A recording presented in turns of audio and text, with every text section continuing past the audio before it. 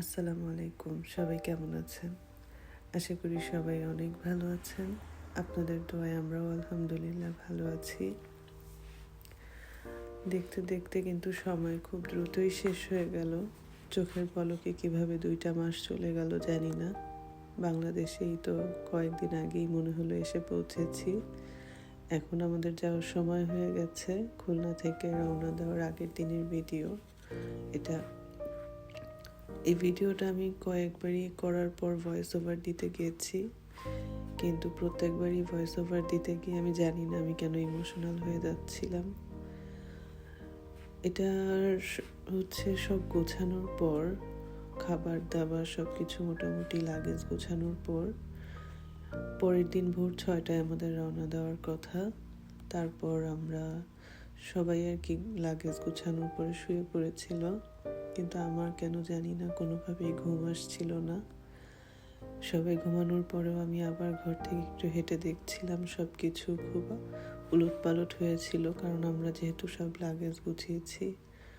বাসার মধ্যে খুব আওলা ঝাওলা হয়েছিল। তারপরে ভাবলাম যেহেতু চলেই যাব, একটা ভিডিও করে নেই। পরিচিত একটা জায়গা, আপন জায়গার ভিডিও করে রাখলে হয়তো বা যখন একটু অবসরে থাকবো এই ভিডিওগুলো দেখলে হয়তো বা তখন একটু ভালো লাগবে। সব কিছু দেখছিলাম আর ভাবছিলাম যে একটা সময় যখন প্রথম বিয়ে হয়েছিল, খুলনা থেকে আমার ঢাকায় বিয়ে হলো তখন কিন্তু যখন খুলনা থেকে ঢাকায় যেতাম মনে হতো ঢাকা কত দূর।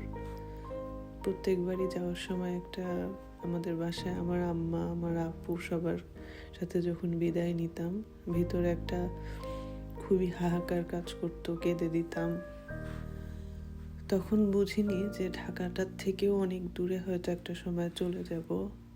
একটা গাড়িতে করে বা বাসে করে 3-4 ঘন্টা 5-6 ঘন্টা হলেও আমরা ঢাকা থেকে খুলনায় চলে আসছি যখন ইচ্ছা তখন। কিন্তু এখন যেখানে থাকি হয়তো ইচ্ছা থাকলেও অনেক কারণে আসা হয় না।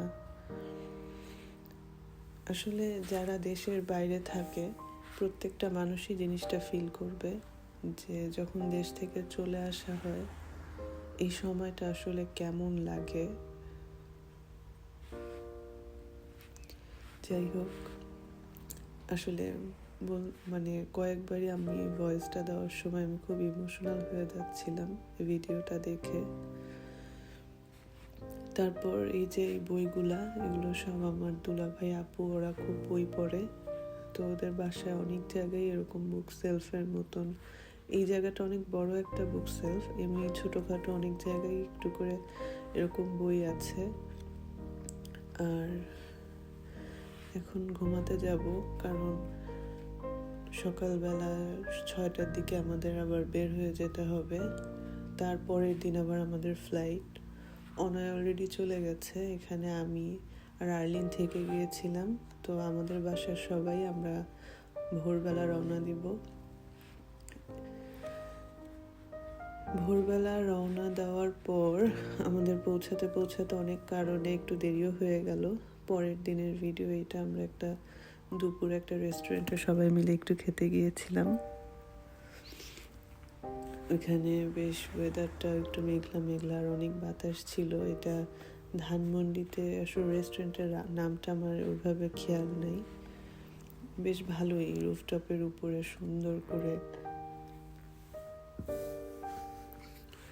তারপর এই যে রাত হয়ে গেল, এবার লাগেজ টাগেজ নিয়ে সকালে আমরা ভোরে রওনা দিলাম। আমাদের 10:45 ফ্লাইট ছিল। এয়ারপোর্টে পৌঁছে গেছি, সবার সাথে বিদায় নিয়ে ভিতরে চলে আসলাম।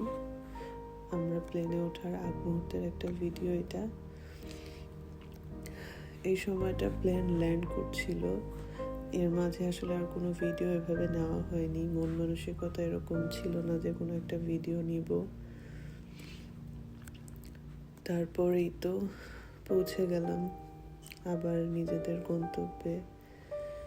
আসলে ভিন দেশে কেউ নেই, আত্মীয় স্বজন, তারপরেও নিজের বাড়ি, নিজের ঘর সংসার সব কিছু আবার নতুন করে জীবন শুরু, আবার নতুন সেই কাজ। ভালো থাকবেন সবাই, আমাদের জন্য দোয়া করবেন।